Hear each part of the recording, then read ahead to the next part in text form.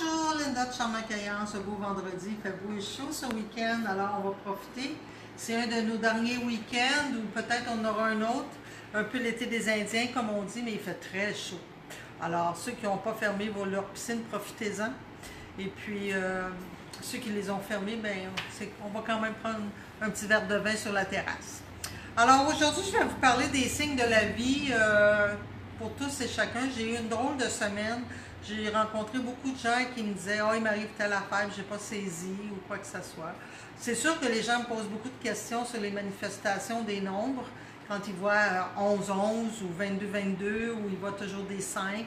Ça, vous pouvez trouver ça sur Internet. Mais c'est relatif à les anges et la numérologie. Quand c'est des 11-11, c'est des manifestations. 22-22, c'est souvent des messages. Si on voit souvent des 5, il va y avoir des changements. Alors ça, vous pouvez vérifier, mais ça a toujours une importance. C'est important de s'arrêter à quelque chose qui se répète. Je vais vous parler un petit peu aussi, des fois on ne saisit pas des choses et il nous arrive des événements qui sont plus majeurs pour qu'on comprenne. Donc, je vais vous parler de gens qui ont des situations dans lesquelles ils ne sont pas en maîtrise. J'ai eu une expérience, puis un témoignage cette semaine d'un enfant, un jeune adolescent, qui est souvent perturbé entre ses parents qui se sont séparés. Et puis, il n'ose pas prendre de position, puis il n'a pas à en prendre naturellement. Il ne sait pas comment gérer un peu avec les colères existantes dans les deux parties. Alors, il refoule énormément.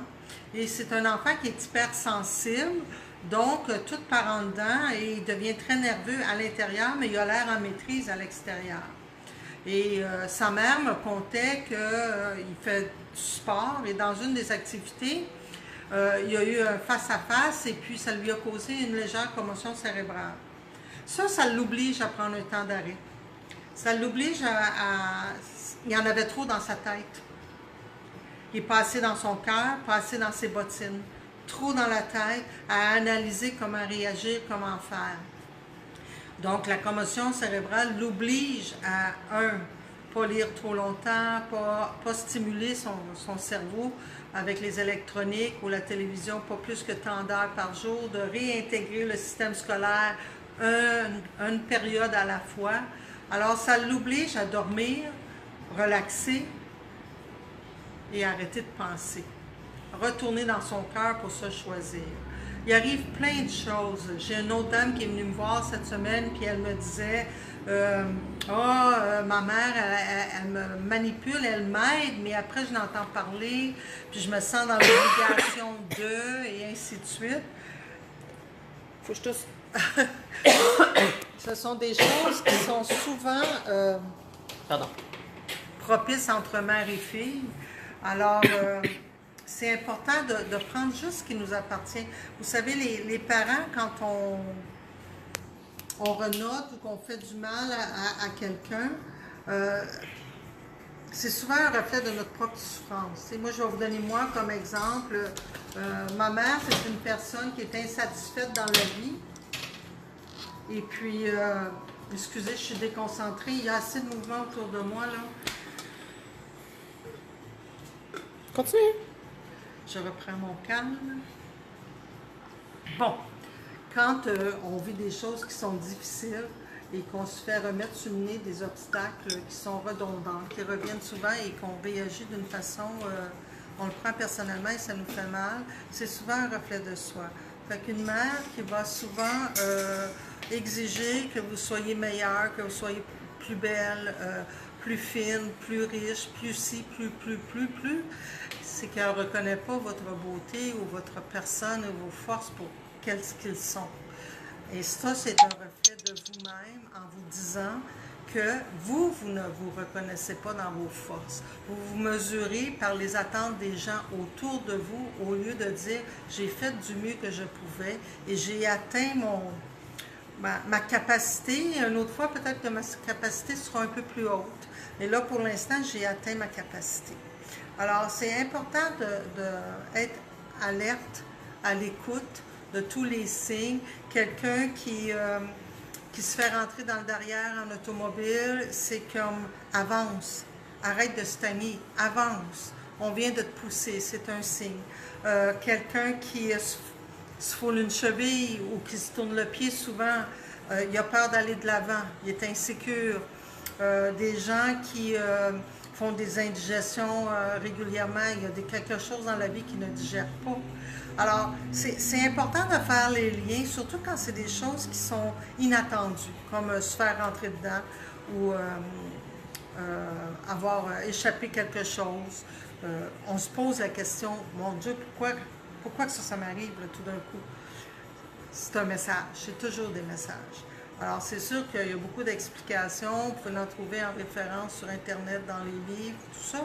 Puis aussi, il y a des cours qui se donnent en métaphysique et différentes choses pour expliquer le pourquoi des événements.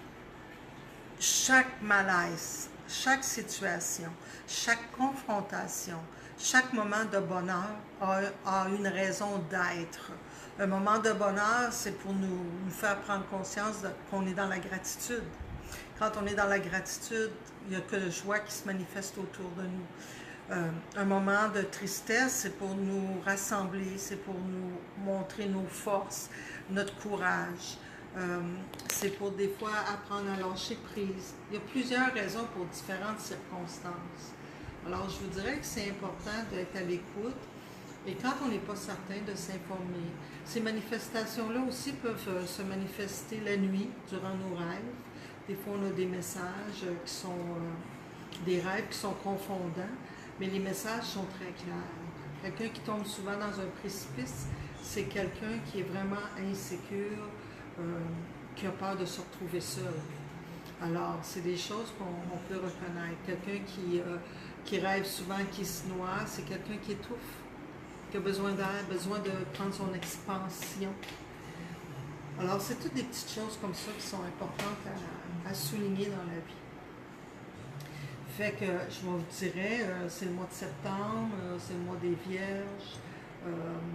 On dit toujours qu'il y a la Vierge, puis il y a la Vierge folle. C'est tout simplement parce que c'est un mois où le signe et la couleur sont associés beaucoup au troisième œil, à l'intuition.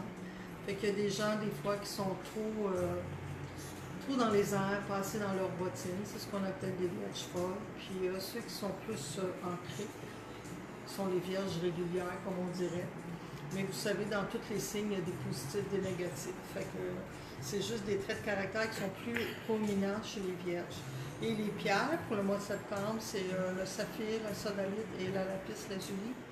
Ce sont toutes des pierres qui travaillent au niveau du troisième œil, de l'intuition, développer la clairvoyance, clairaudience, clairsentience, de parler avec les paroles justes. C'est des pierres qui travaillent l'écoute.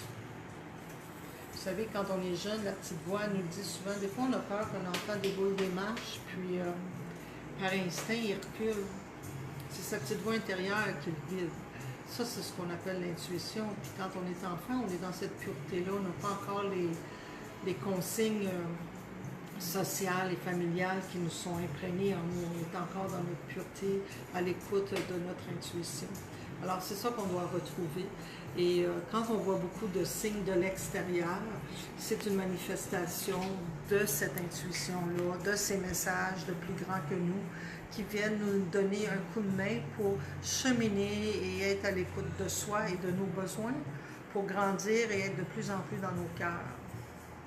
Alors, je vous souhaite un beau week-end, plein de bonheur, profitez du beau temps. Je sais que c'est humide, il fait chaud, mais on va en profiter parce qu'on sait que ça achève. Fait que je vous envoie tous des gros bisous, puis bonne fin de journée. Bye bye.